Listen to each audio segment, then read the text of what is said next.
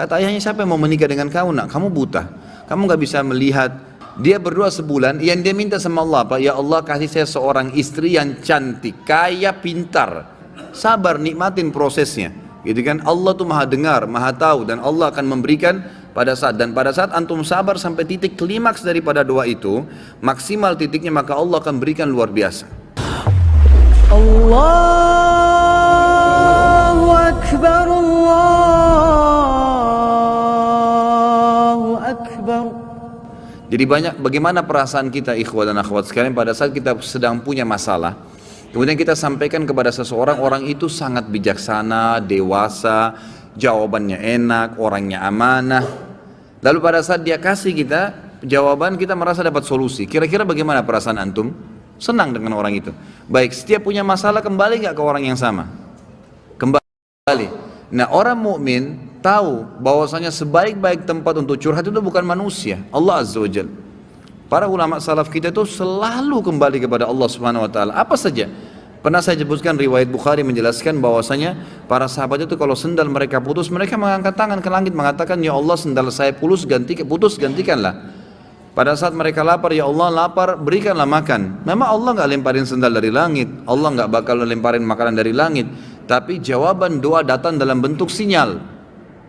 Antum bilang, ya Allah sembuhin saya, Allah nggak lemparin obat dari langit, tapi Allah nanti akan memberikan jalan keluar. Antum bisa konsultasi sama dokter, cocok konsultasinya, resepnya cocok, sembuh. Allah jadikan dokter dan obat itu perantara atau penyebab antum jadi sembuh, gitu kan?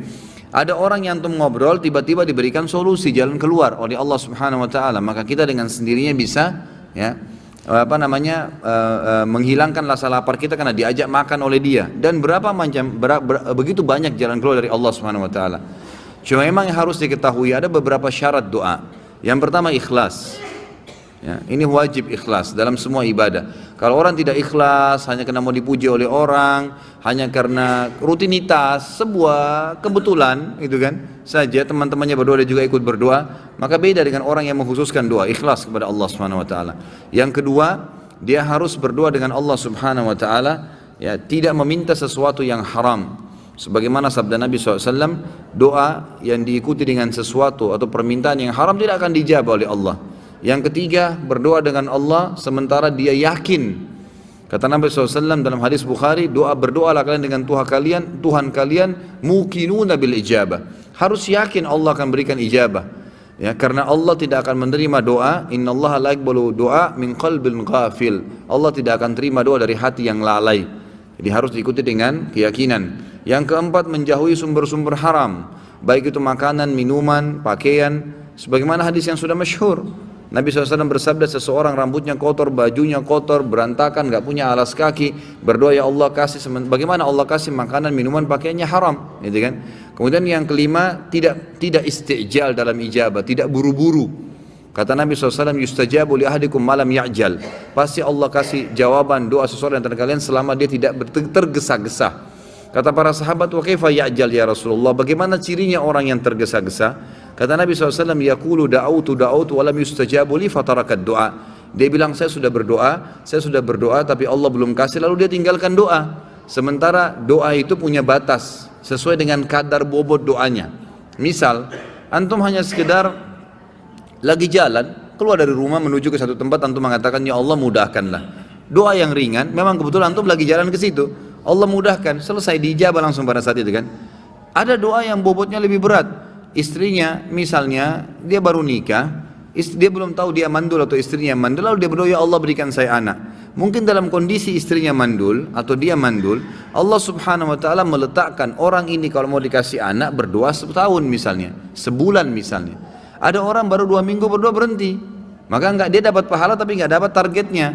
Padahal kalau dia sabar, dia doakan, tidak ada masalah.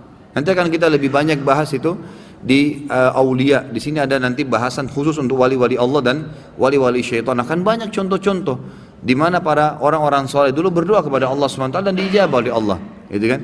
Tadi Nabi Zakaria berdoa 70 tahun baru Allah kasih. Bobot doanya memang berat. Dia minta agar istrinya mandul punya anak, dan itu secara fitrah manusia sudah Allah ciptakan, nggak bisa. Tapi Allah SWT juga tetap berikan, asal dia sabarin. Dia tunggu sampai tanggal atau saat dia akan dijabah oleh Allah Subhanahu wa taala.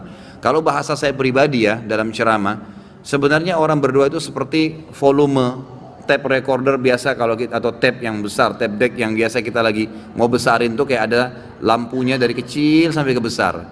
Nah kalau kita sabarin terus sampai dia batas maksimal akan besar sekali itu gongnya, gitu kan? Kan besar sekali suaranya seperti itu. Ya, saya pernah ceritakan ada anak muda di Yaman ya, yang menikah sementara dia buta. Masih ingat ya? Masih ingat gak nih? Hah? Kok kayak bengong? Anak muda di Yaman yang buta matanya hafal Quran menikah gara-gara doanya. Masih ingat gak? Atau belum saya ceritain? Wow, semangat ya kalau soal nikah. Ada satu anak muda di Yaman, kisah nyata terjadi. Dia hafal Quran dan waktu itu umurnya mencapai 23 tahun. Dan ini kisah sempat menghebohkan Timur Tengah.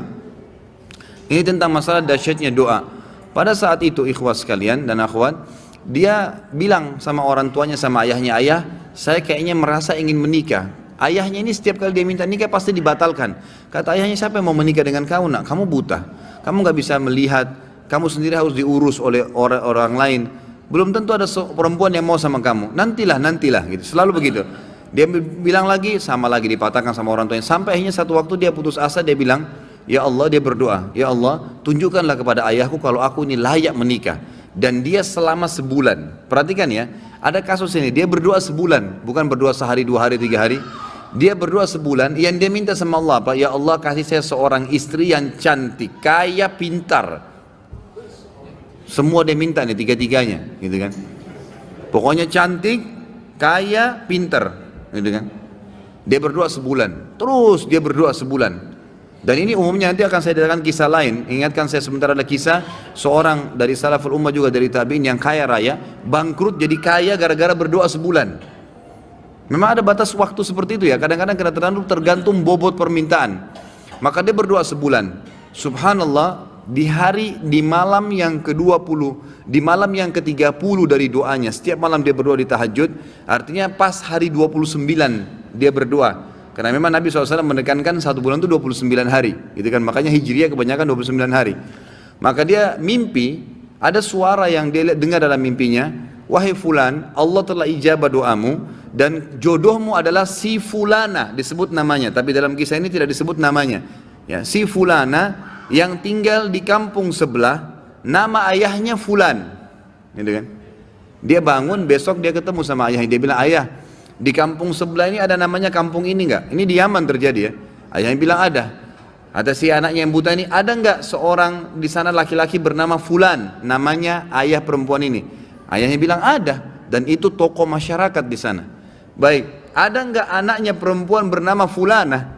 Kata ayahnya ada. Kata si buta ini, lamarin buat saya. Kata ayahnya, ini kau sudah gila. Sedangkan minta orang yang biasa saja belum tentu diterima, apalagi minta anak pejabat kaya, dan itu terkenal cantik, terkenal kisahnya banyak nolak laki-laki. Orang antri di rumahnya ngelamar. Ya biasa orang punya kelebihan biasa begitu kan. Baik, intinya adalah dia bilang, ayah tapi saya mimpi. Dia ceritain mimpinya. Waktu dia ceritain mimpinya, ayahnya juga tersentuh. Tapi ayahnya bilang, baiklah kita ke sana, tapi ini mempertaruhkan nama keluarga. Bisa diterima bisa tidak, gitu kan. Pergi ke sana. Tiba di kampung sebelah, ringkas cerita, ngobrol lah, disambut oleh tuan rumahnya, lalu ngobrol-ngobrol secara umum, kami dari sini, terakhir menyampaikan hajatnya. Ini anak saya, orangnya buta, tapi dia hafal Quran. Orang yang soleh tinggal di rumah tapi tidak ada pekerjaan gitu. Dan dia meminta terus terang kepada saya agar melamar anak anda. Tahu apa yang terjadi ikhwah?